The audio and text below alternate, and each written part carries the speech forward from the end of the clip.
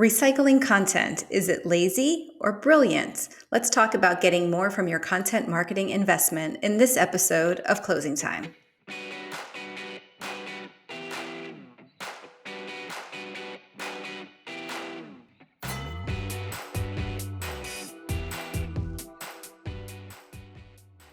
Thanks for tuning into Closing Time, the show for go-to-market leaders. I'm Val Riley, head of content and digital marketing at Insightly CRM. Today, I'm joined by Ross Simmonds. He is CEO and founder of Foundation Marketing, a B2B agency. Welcome to the show, Ross. Thanks for having me, Val. Excited to chat with you today. I'm really delighted I was picked for this topic to host with you, Ross, because content marketing will always be my first love. So let's hop right in and talk about Foundation Marketing. So it's an agency that, among other things, develops content for software companies, manufacturing companies, B2B in general. But I noticed you also talk about developing content for quote unquote boring companies. So I'd like to talk a little about that. Yeah. So when we got started in this industry, there was a lot of hate towards B2B as being a boring space. Everyone wanted to go into B2C with the flashy e-commerce launches and all of that stuff. And I traditionally got my start in a lot of like consumer packaged goods. So I went into the wonderful world of B2B and I was like, there's so many lessons that can be applied from B2C and from D2C that can be applied to B2B and unlock some amazing returns. I believe truly that there's no such thing as a boring brand. I just think there's a lot of boring marketers. And that happens on the back of a lot of marketers seeing what other marketers are doing and have done in the past and simply replicating and trying to do the same thing without actually trying to get creative with their storytelling, with their messaging, and take a little bit of a risk with a channel that they might be unwilling to tinker with and play with. So for us, when we think about marketing, we want boring brands to be okay coming to us and say, we want to increase organic traffic. We want to increase social. And what we do that is different is we don't just look at their followers and their competitors and say, this is content you should create. We understand their audience, the pain points, the problems, the things that they actually care about, and develop strategies and techniques that will help those people be better in their jobs. And as a result, they are more likely to consume the content that our partners are creating. I had a great mentor early in my career, and he said that the two most important words in marketing are what if. Because if you're in like a session and it's a brainstorming session and you're throwing around ideas and someone says, what if, usually that ends up being like the most amazing idea comes after those two words. Right. I love that. I think it encourages people to also be open to sharing those ideas. And in a lot of teams and a lot of organizations, the culture is so restrictive where they don't want to hear the what ifs. But if you can encourage your team to bring up those ideas that are a little bit more out there, that might take inspiration from a brand that seems to have nothing to do with your space, that's where you can unlock some interesting insights that can transform the story and the message that you go to the market with. Yeah, I think it's important too to just carve out space for those creative times. You know, sometimes we get so caught up in this is my to-do list and this is what I have to, my deadlines, et cetera. But Right. marketing teams just need a little bit of space to be creative. 100%. I agree. I always tell organizations like you should allocate a percentage of your time to high risk experimentation work. And then the rest can kind of just like keep the engine rolling. But if you can allocate 20, 25%, even 10% of your energy, of your budget to experiments, once in a while, you're going to hit something that your competitors would have never touched, but ultimately becomes an amazing growth lever for you and your organization. We've seen this time and time again. Back in the early days, we were experimenting with a channel called SlideShare. With SlideShare, we were uploading presentations that were much more heavily designed, and it was capturing the audience's attention, and they were getting millions of views, millions of shares. We did the same thing on a channel called Reddit, and this was, again, like 8 years ago. We went into Reddit as a B2B brand, and brands were kind of like, oh, Reddit, that'll give me the hives just thinking about, but we studied it, we experimented, we were blocked, we were banned, but we kept trying and tinkering until we figured out the code, and now we can get to the front page in the matter of a few minutes. Like, you have to be willing to experiment with these channels to build new muscles and to build new distribution channels for your organization at large. Oh, totally agree.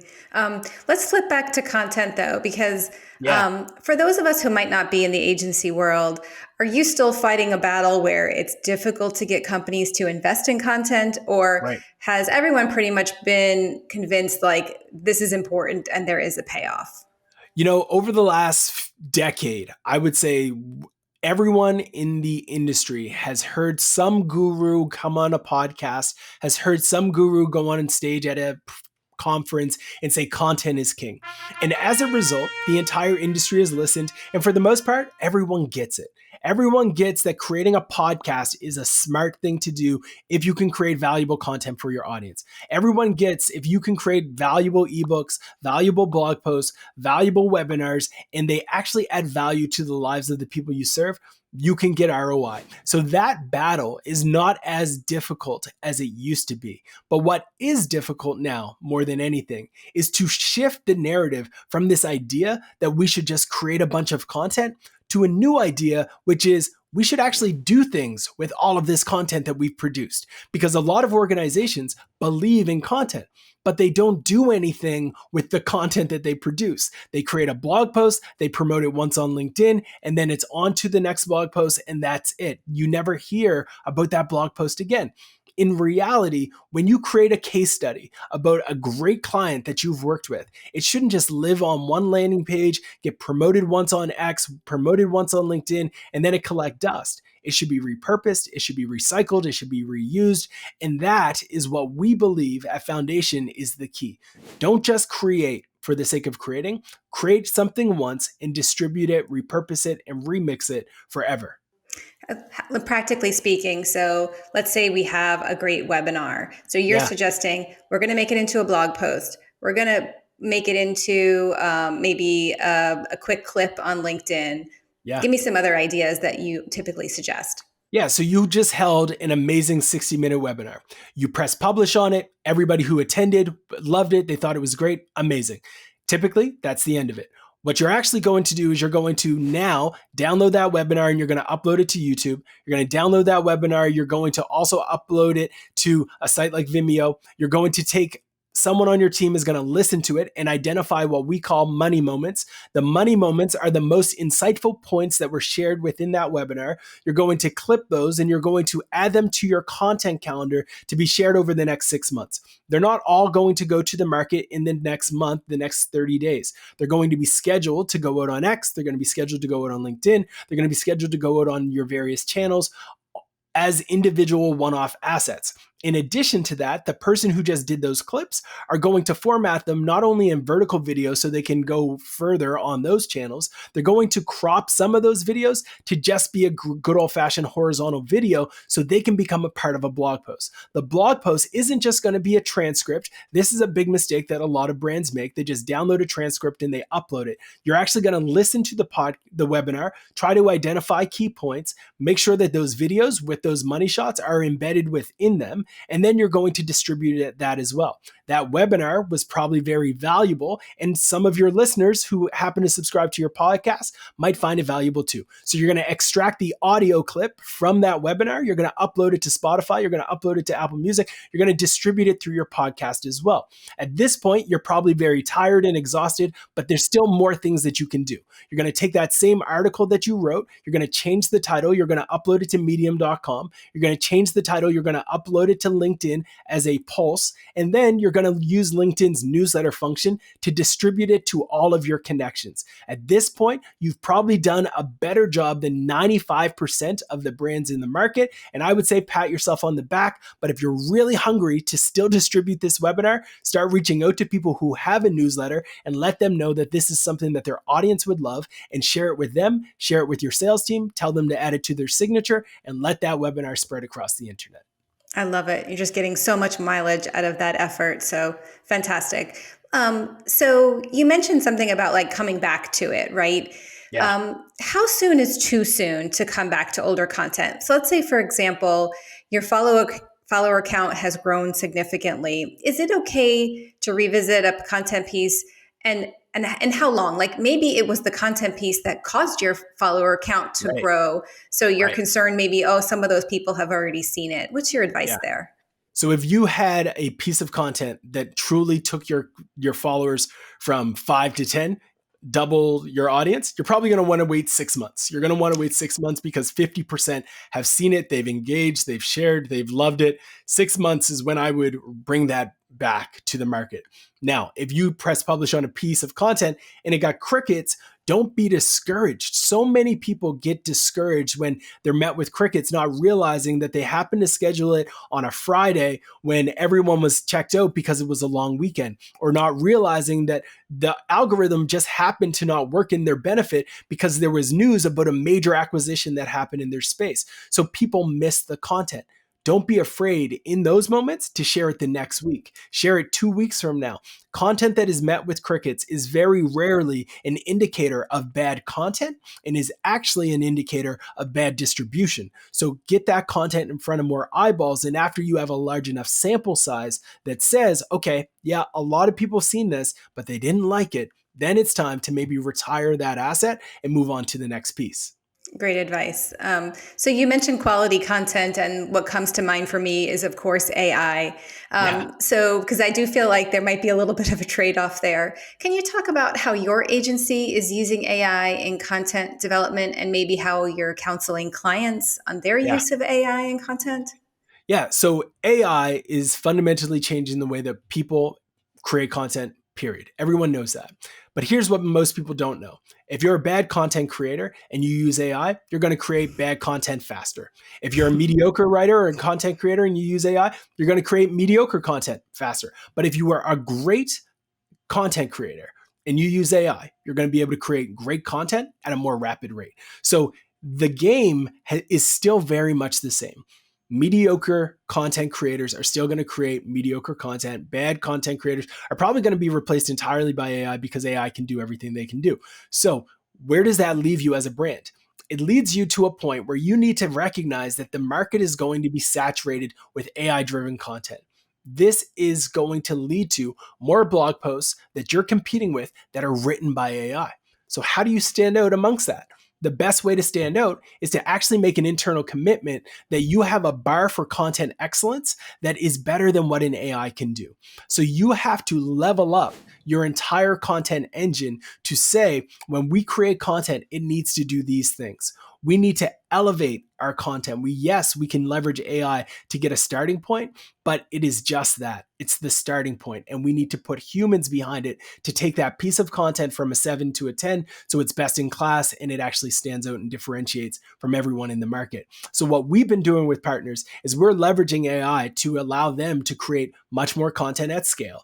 But we are investing time and energy in humans who understand the nuances of an industry, of a culture, of a space, of a niche, to take a piece of content that might have taken us a much more longer time in the past to get to a 8, and taking that 8 and trying to accelerate it into a 10. So is there opportunities for us to include multimedia assets, for us to include imagery, for us to create pieces of content that are a little bit more engaging and entertaining? We believe in elevating AI content and taking it from that 8 to a 10 so you have best in class content across the board. We have a free checklist, b2bgrowth.com/AI. Everyone can access it. You don't have to even send an email, I don't think, at this time to get access to it. And it's a checklist that we use to elevate content that we've consistently see start to rank first page in Google, but also generate shares and traction and revenue on the back of it as well. We had Jay Bear on our show recently, and he's Love just a Jay. marketing guru. And he said AI actually stands for average information. And I was like, well, that is a good one because I truly believe it. Yeah. So I'm going to ask you kind of a crystal ball question, and you hinted at this a little bit before, but when you see what impact AI developed content is going to have on the practice of SEO in your firm, how do you see that changing? I'm excited by it. I'm truly excited about the future because the future looks a lot more like 1970 than it did 2021, right? Like, I'm excited by it because what is going to happen in the future is that brand and messaging and story is going to matter way more than it used to, because as everyone is able to leverage AI to create content, the market's going to be flooded with it. As more and more people rely on things like ChatGPT to get answers to questions, it's going to shift our behaviors as humans. We are no longer going to rely exclusively on Google. We're going to rely on ChatGPT. We're going to rely on TikTok. We're going to rely on YouTube. We're going to rely on Reddit. We're going to go to all of these different sources. So when that happens, something special happens. People start to connect with more people, and people start to exclusively trust people. And when that happens, the winners are going to be the brands that were able to tell a story, to serve their customers well, and were able to connect emotionally with their customers in a way that makes them feel like they need to and should talk about this great product that they're using. So amongst the commoditization of content, we're going in the future to a time in which more emphasis is going to be placed on brand and storytelling than ever before. And that's scary to a lot of SEOs, but it's exciting to the good ones, because the good ones recognize that marketing is not just about ranking in the SERP, it's about adding value to your customers, whether it's through educational content, engaging content, entertaining content, or empowering content. And if you can do that well, you'll win the game. Well, I have to say, I'm feeling a lot more empowered as a content marketer myself with your words, Ross. So thank you very much. Thank you so much for having me. I really appreciate it. I hope that you and your listeners got some value out of this. And I really hope that folks aren't afraid of AI, but instead are more encouraged to use it and leverage it so we can all elevate as an industry. Well, hopefully we got a couple of money moments in there for our editor. So maybe you'll see those clipped on LinkedIn here in a little while. I like it. I look forward to it. Thanks for having me, Val. Thank you so much. That's all the time we have, folks. Appreciate you tuning in. Remember, you want to like this video, click the button for notifications, and subscribe to the channel so you don't miss an episode. And we will see you next time on Closing Time.